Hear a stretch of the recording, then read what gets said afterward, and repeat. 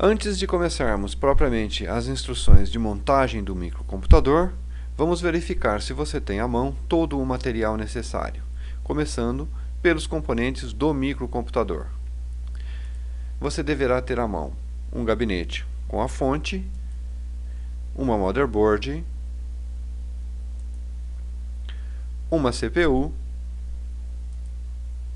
o cooler da CPU, que nós não vimos até esse instante do tempo, mas ele é um dissipador de calor que será fixado sobre a CPU depois que tivermos fixado a CPU no soquete.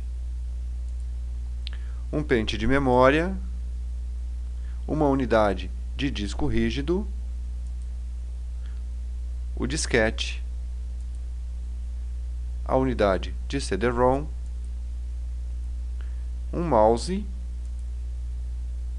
um teclado, um monitor e os cabos para ligação dos periféricos à motherboard, as cintas de fixação dos IDEs.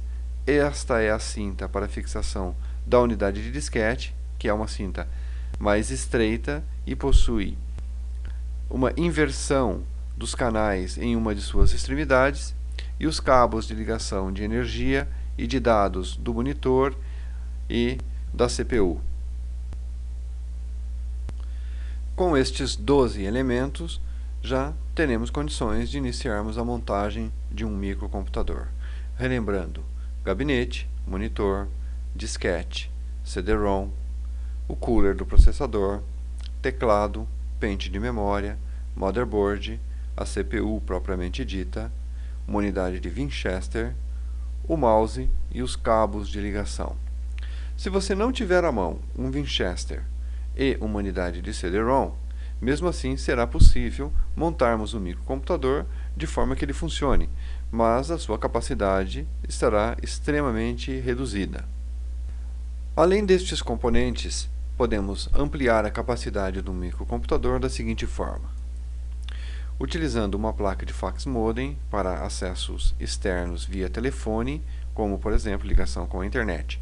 Esta placa será ligada num dos slots PCI existentes no nosso microcomputador.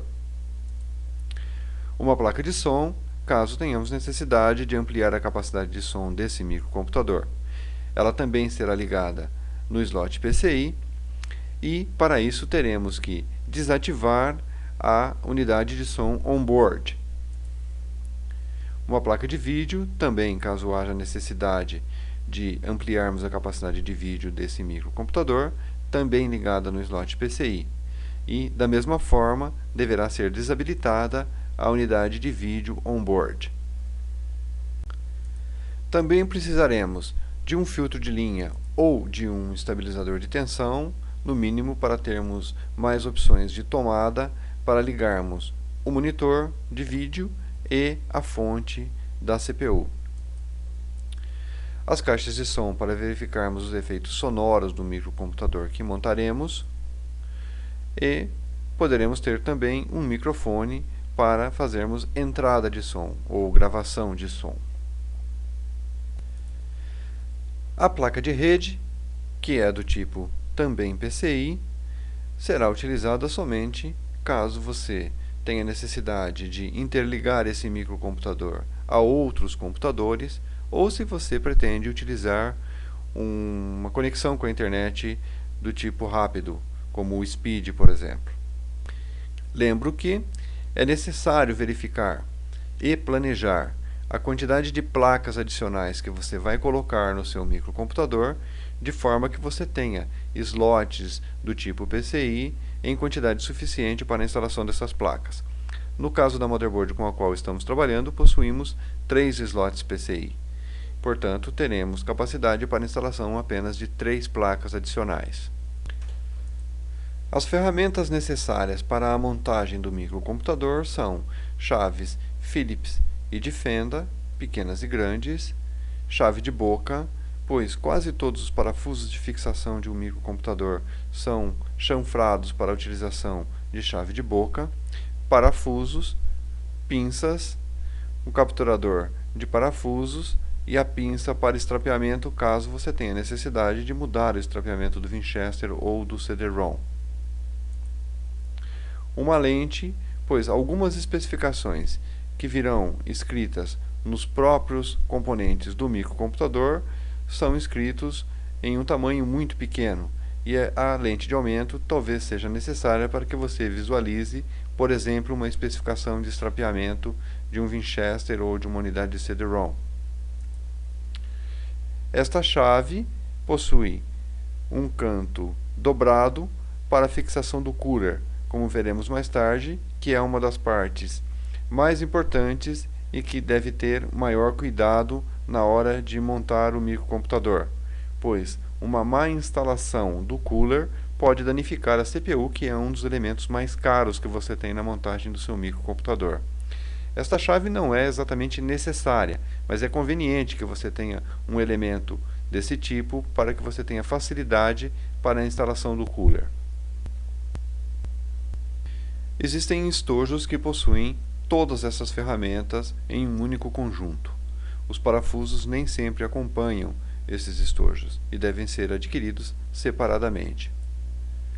Você pode adquirir esses estojos de ferramentas para montagem de microcomputadores nas mesmas lojas especializadas onde você vai adquirir a motherboard, o gabinete e os outros componentes dos quais falamos anteriormente.